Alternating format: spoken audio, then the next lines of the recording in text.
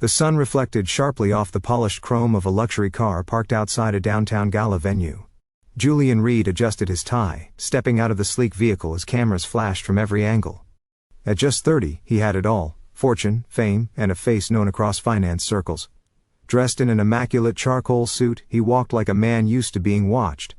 But as he moved toward the building, a tremble passed through the crowd. A ragged voice screamed, "You're my son!" Gasps erupted. A disheveled old man stumbled through the security barrier. His skin was leathery from the sun, clothes torn and stained, eyes wild with something between desperation and joy.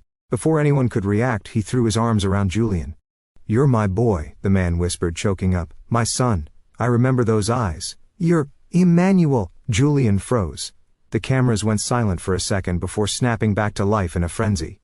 Security lunged forward, but Julian raised a hand, stunned. "What did you say?"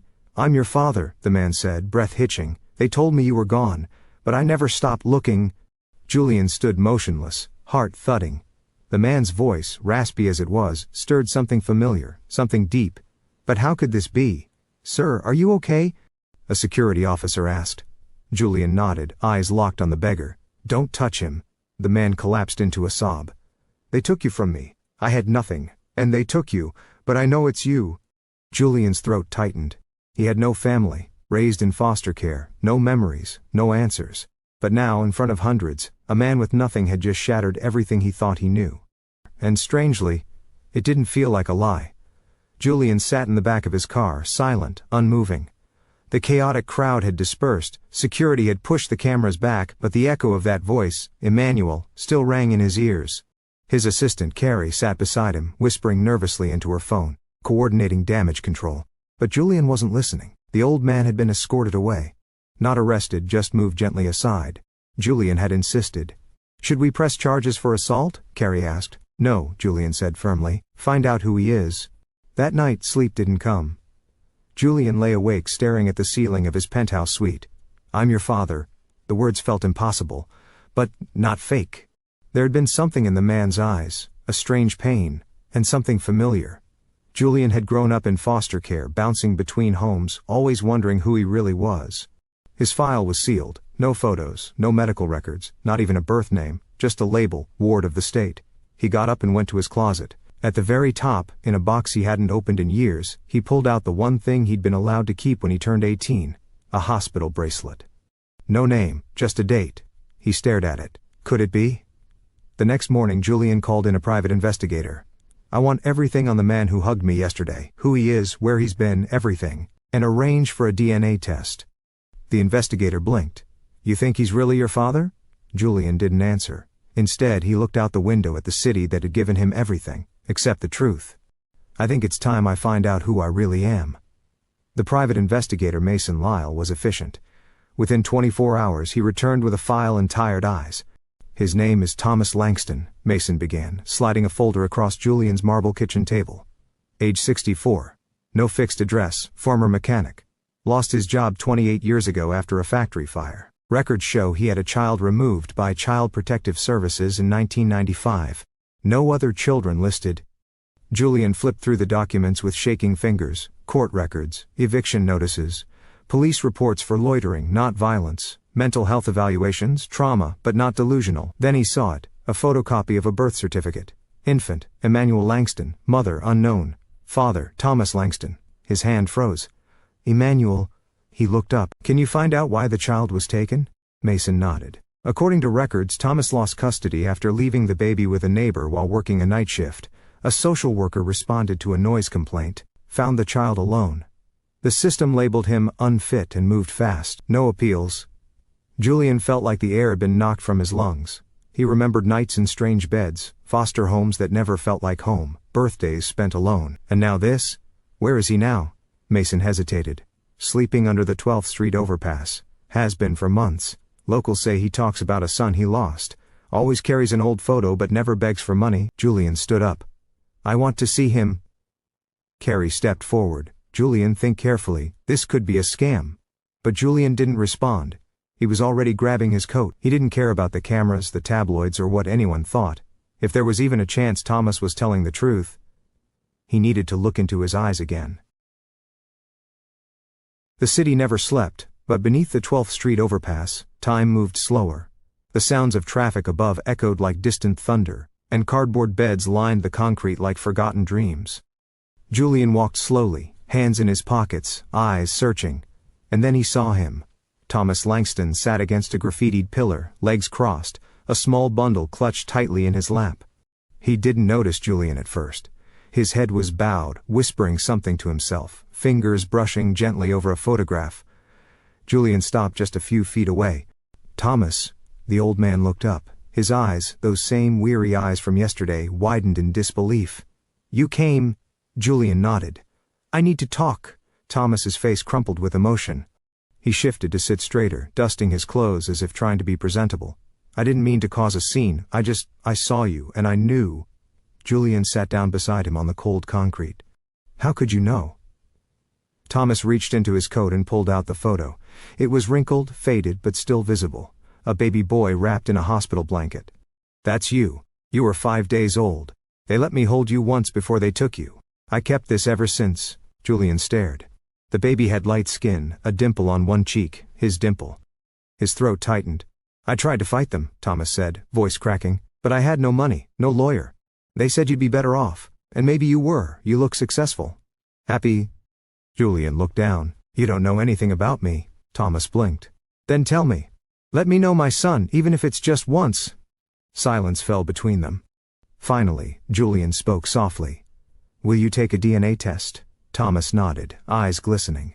"Whatever it takes. I just want the truth." The clinic was quiet, sterile, and nothing like the place Julian expected to face the biggest truth of his life.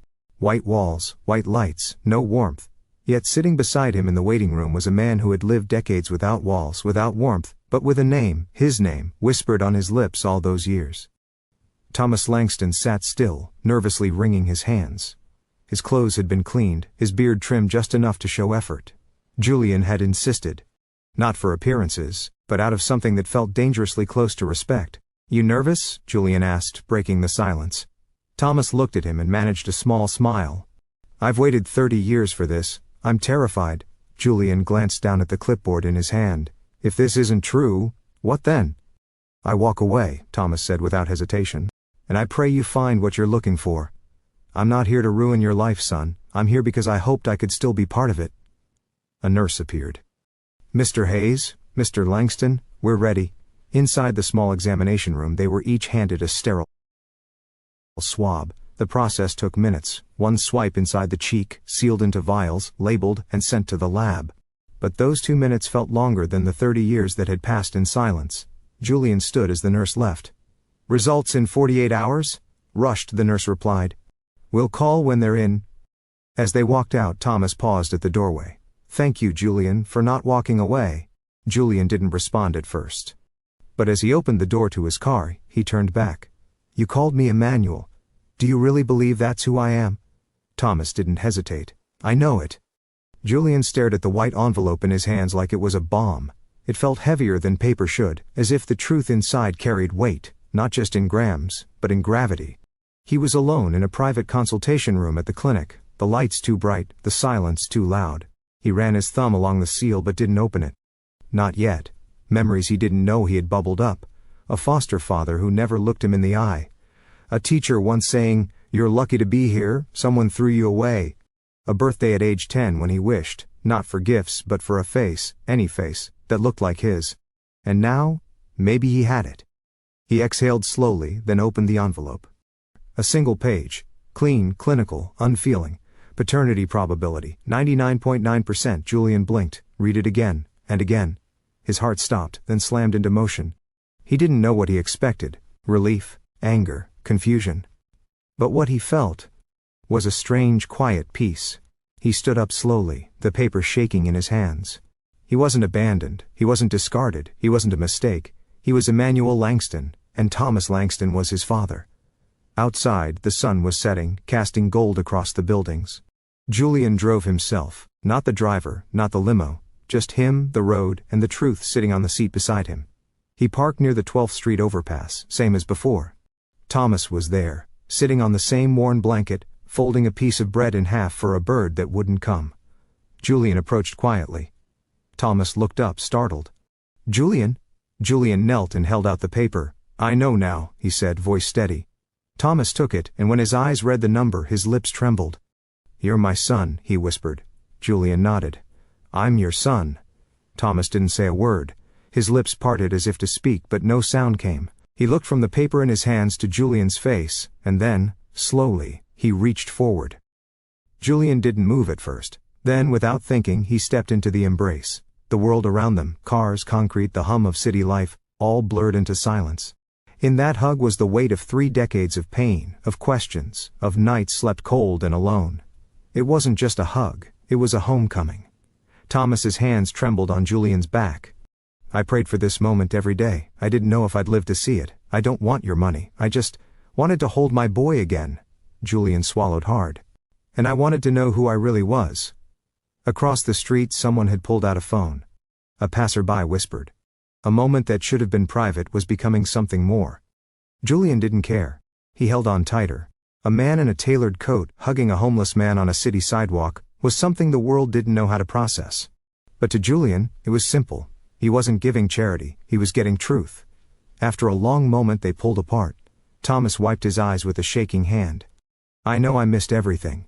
Your first steps, your first words, your whole life. But if there's anything left for me to be, Julian interrupted gently. There is. A pause. You can be my dad. The words hit harder than anything Thomas had expected. His knees buckled slightly and Julian steadied him. Come with me, Julian said. Where? Home. And for the first time in years, Thomas took a step forward, toward something he'd thought he'd lost forever. Julian's penthouse overlooked the city like it ruled it. Floor-to-ceiling glass, sleek furniture, abstract art that cost more than most homes. But that night, none of it mattered. It wasn't about the view, or the status, or the space. It was about the 2 chairs at the dining table now filled. Thomas sat hesitantly, back straight, eyes darting around the room. He looked out of place. His thrift store button-up didn't match the designer decor, but Julian didn't see that. He saw something far rarer, belonging. I didn't know what you like to eat, Julian said, pouring soup into a bowl. So I went with what I'd want on a night like this. Warm, simple. Thomas smiled faintly. Chicken noodle. I haven't had that in years. They ate quietly at first, but soon, the silence gave way to small stories. Thomas spoke of his youth. Of how he met Julian's mother in a laundromat. Of how he tried to fight the system but lost. Julian listened, not like an interviewer or a billionaire businessman, but like a son. When the meal was done, Julian walked him to the guest room. It wasn't decorated yet, just clean sheets, soft pillows, and a large window looking out at the skyline. Thomas turned to him. I don't want to overstay. You're not a guest, Julian interrupted. You're family. A long pause. Thomas stepped forward, then stopped. You sure you want this? Julian didn't hesitate. I've had everything, money, awards, attention. But none of it ever felt like this. Like home, Thomas's voice cracked. Then let me be worthy of it. Julian smiled. You already are. As Thomas lay down that night under a real roof for the first time in years, he whispered to himself, Thank you, Emmanuel. By morning the story had already begun to spread. Someone had recorded the moment Julian hugged Thomas on the street. The video hit social media like wildfire. Millionaire embraces homeless man claiming to be his father. The comments ranged from disbelief to awe. Julian hadn't planned to respond, but when the media camped outside his building, and gossip sites twisted the narrative, he decided, if people were going to talk, they'd hear the truth from him. He posted a photo. Just him and Thomas on the penthouse balcony, both smiling, both in plain shirts, not suits. Attached was a scanned copy of the DNA test result. His caption? This man is not a stranger, he's not a liar, he's not just a beggar, he's my father, and the system stole us from each other. It hit like a thunderclap. Suddenly, Julian wasn't just a tech mogul, he was a symbol, of truth found in unexpected places, of class lines being shattered, of pain being healed. Interviews flooded in. Journalists wanted the exclusive. Documentaries were proposed. But Julian only agreed to one, an emotional sit-down with a major news outlet where he told the full story. When asked what shocked him most, he replied, that my entire life, I was surrounded by people, but never seen. And this man, who had nothing, saw me in a heartbeat. Thomas was invited to speak too. Nervous but composed, he simply said, I thought I'd die with no one knowing I ever had a son, but now, the world knows. And more importantly, he knows. Across the country, viewers cried, messages poured in. Stories of long-lost family members reconnecting, people looking for their own roots, and somewhere in that noise something rare happened. Hope went viral. A month later, the world had moved on, as it always does. But for Julian and Thomas, life had only just begun. They settled into a rhythm. Mornings started with coffee on the balcony, the city blinking awake beneath them. Julian taught Thomas how to use a tablet. Thomas taught Julian how to fix a leaky faucet without calling maintenance. They laughed more than they talked. And when they sat down for dinner, it wasn't just a meal, it was a ritual. Julian built more than just memories. He established the Langston Foundation, focused on reconnecting separated families, and helping the homeless navigate adoption reunification systems. The launch event wasn't held at a 5-star hotel but at a downtown shelter. Thomas was there, front row, in a suit Julian had tailored just for him. When asked to speak, Thomas stood slowly, holding back tears. "I don't have fancy words," he said. "I just have this. If you think the people on the sidewalk are nobodies, look closer. One of them might be your family, one of them might be you someday. Don't look away." The room stood in silence, then applause. Julian didn't stop there. He bought and renovated a housing complex, turning it into a transitional space for parents separated from their children by poverty. He named it the Hug Project, after the moment that changed everything, but it was the quiet moments that mattered most. One evening, Julian sat on the couch, flipping through an old photo album Thomas had pieced together from memories and scraps. There was a photo of Julian as a baby, tiny, wrapped in a threadbare blanket, eyes wide. Thomas pointed and whispered, "That's the first time I held you." Julian leaned back and smiled. "And this is the second." The past hadn't broken them. It had simply waited for a reunion written in the heart.